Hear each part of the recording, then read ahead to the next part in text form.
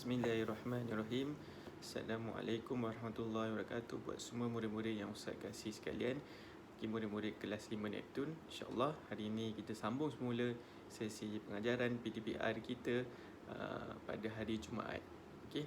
Jadi hari ini Ustaz sambung semula topik yang telah kita bincangkan pada hari Rabu lepas, iaitu berkenaan dengan bidang sirah.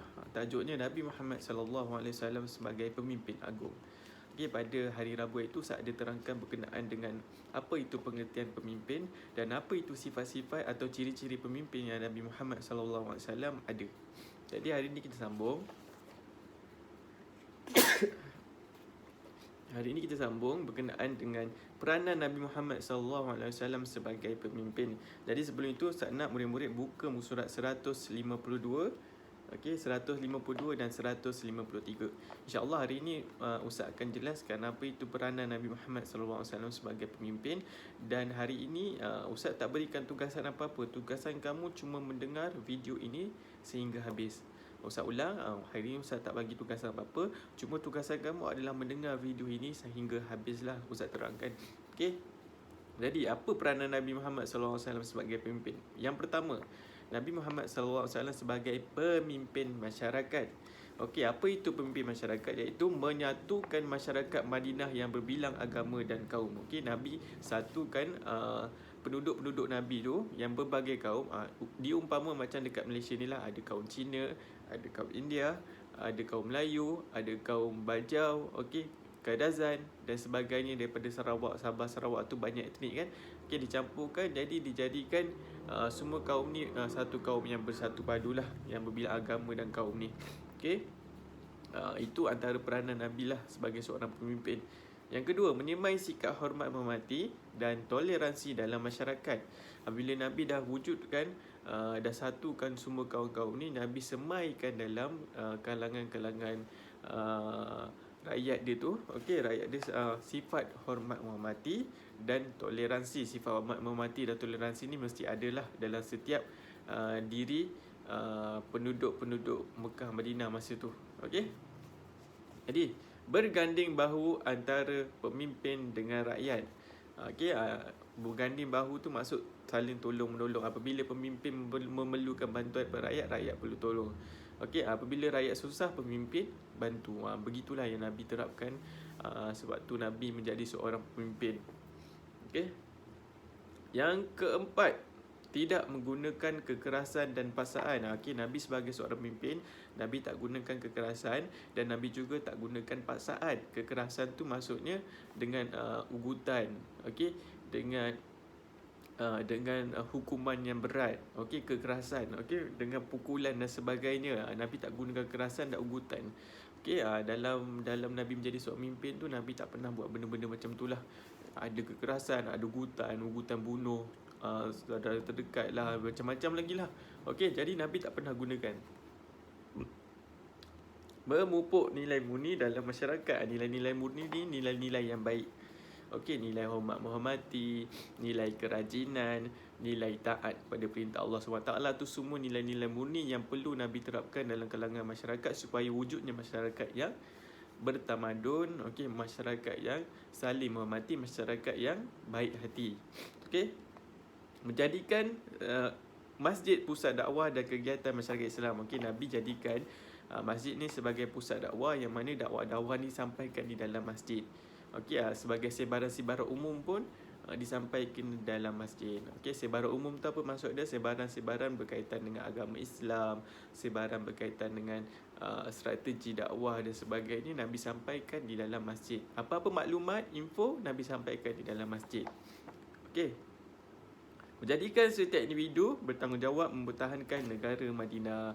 Dan Nabi akhirnya wujudkan rakyat dia, rakyat yang boleh membantu Nabi dan mempertahankan Madinah ni sebagai sebuah negara lah. Diumpamanya macam Ustaz bagi satu contoh dekat Malaysia ni lah. Kita ditanam jati diri sebagai rakyat Malaysia, dan kita ni, setiap rakyat Malaysia ni bertanggungjawab untuk mempertahankan Malaysia apabila berlaku peperangan, apabila berlaku kecaman dan sebagainya. Begitu. Jadi setiap individu ni bertanggungjawab. Okey, iaitu yang pertama Nabi Muhammad sebagai pemimpin masyarakat. Yang seterusnya Nabi Muhammad SAW sebagai ketua negara. Apa peranan Nabi sebagai ketua negara? Yang pertama, menghulurkan perdamaian dengan kabilah-kabilah dan negara-negara luar. Okey, Nabi bagi duta lah. Okey, hantar duta, hantar perdamaian dekat negara-negara luar dan Nabi damaikan. Okey. Maksudnya menghulurkan perdamaian dengan kabilah-kabilah. Okey, Nabi hantarlah satu wakil untuk mendamaikan antara kabilah-kabilah yang bertelagah. Okey. Merancang strategi peperangan. Okey, Nabi sebagai seorang pemimpin ketua negara, Nabi juga merancang strategi peperangan. Okey, dalam nak berperang ni kena ada strategi. Tak boleh hanya datang ada apa sebab apa tak boleh nak kita rasa kita dekat dengan Allah Taala aja, kita tak perlukan strategi. Tak, dalam peperangan kena atur strategi baik-baik. Macam mana nak berlakunya perang Khandaq, perang Badar, perang Uhud, semua tu ada pengajaran, ada kalah, ada menang kan. Tetapi setiap peperangan ni Nabi buat strategi dulu dan kemudian Nabi berserah kepada Allah SWT. Dalam perang Uhud umat Islam kalah masa tu kan. Okey. Tetapi Nabi belajar. Okey, dalam perang Khandaq bagaimana digali lubang parit yang besar dan akhir menyewaikan musuh. Okey, dalam perang Badar malaikat membantu. Okey, dan banyak lagi lah. Okey, sebab tu strategi ni penting. Dan kemudian baru kita dah berusaha tu kita berserah, bertawakal kepada Allah SWT. Mengetahui peperangan, perintah musuh dengan tenang dan bijaksana. Okey, dalam kita nak menghadapi musuh ni, Nabi sebagai seorang pemimpin ni mengetahui serangan. Maksudnya Nabi jadi ketua negara dan Nabi jadi ketua peperangan. Tapi Nabi berperang tu dengan bijaksana. Okey, bukan dengan sembrono ni. Maksudnya nak pergi perang pergi je. Okey, tak, Nabi perang dengan bijaksana. Menjaga adab ketika berperang seperti tidak merosakkan bangunan dan tumbuh-tumbuhan. Ini adab dalam peperangan. Tak boleh nak rosakkan tumbuh-tumbuhan, tak boleh nak rosakkan bangunan. Tengok, ada adab berperang, tetapi peperangan yang berlaku di dunia sekarang ni tak ada adab macam tu. Okey, diserang bangunan-bangunan, diserang tumbuh-tumbuhan, dibunuh apa? Dibunuh orang tua, semua tu tak boleh. Okey, wanita-wanita dibunuh tak boleh. Okey, jadi konsep peperangan ni dia ada adab juga dan murid-murid perlu belajar. Contohnya ada murid-murid jadi tentera ke satu masa nanti, nak jadi polis ke, okey, nak pertahankan negara kita daripada serangan ataupun kita nak menyerang sesuatu negara. Okey, semua tu ada adab-adab dia dan kita perlu belajar daripada apa yang Nabi terapkan. Okey, seterusnya Nabi Muhammad SAW sebagai ketua hakim. Sebagai ketua hakim, macam mana menjadikan Al-Quran dan petunjuk Allah SWT sebagai asas menjatuhkan hukuman. Okey, Nabi gunakan undang-undang Islam. Maksudnya undang-undang yang mana disebutkan di dalam Al-Quran dan disampaikan oleh malaikat lah. Maksudnya wahyu Allah melalui hadis lah. Okey, sebab tu undang-undang pertama adalah undang-undang Al-Quran dan Sunnah. Okey, di beberapa negara tertentu dah guna dah. Contohnya Arab Saudi, memang dia dah gunakan undang-undang. Apa contohnya mencuri, apa perlu buat. Orang yang suka menyihir, apa perlu buat. Okey, sebab tu ada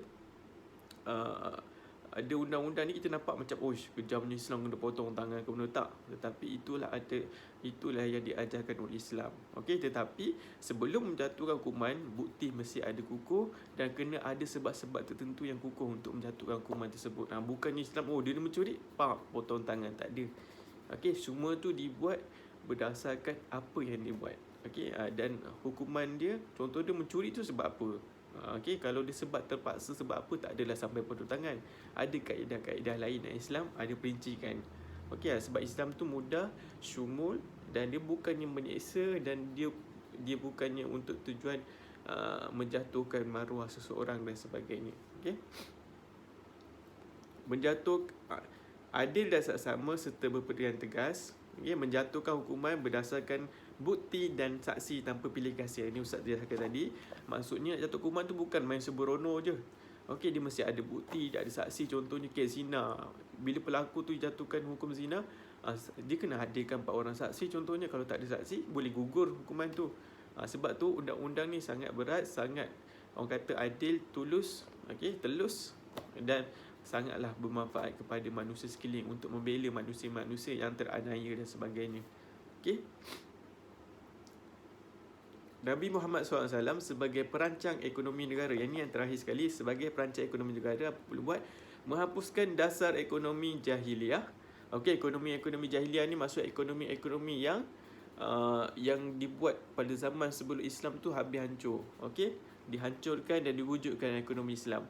Mewujudkan dasar ekonomi Islam yang adil. Islam yang adil tu maksudnya tak ada riba, tak ada keuntungan yang melampau. Okey, tak ada dah diambil contohnya macam kita buat pinjaman, okey, kita kena bayar lebih. Itu pun dah riba. Okey. Jadi Nabi wujudkan satu sistem ekonomi Islam yang mana dia tak menganiaya orang lain. Okey, memungut zakat daripada mereka yang wajib mengeluarkannya. Okey, Nabi pungut zakat bagi wajib yang mengeluarkannya. Golongan yang tak wajib tak adalah. Golongan yang tak wajib ni kebiasaan dia dapat duit zakat tu sebab dia orang yang tak berkemampuan dan sebagainya. Tetapi golongan yang wajib keluarkan zakat, Nabi akan kutip, itulah pendapatan negara masa tu. Bahagikan zakat kepada mereka yang layak. Ini Ustaz sebut tadi, bahagikan zakat kepada mereka yang layak. Dan akhir sekali, membasmi segala bentuk penindasan seperti riba, rasuah dan penipuan. Tengok macam mana Ustaz jelaskan tadi. Okey, strategi atau peranan Nabi Muhammad SAW dalam pemimpinnya ada banyak strategi tadi, ada 4 Ustaz sebutkan, dan setiap 4 tu ada isi-isi dia.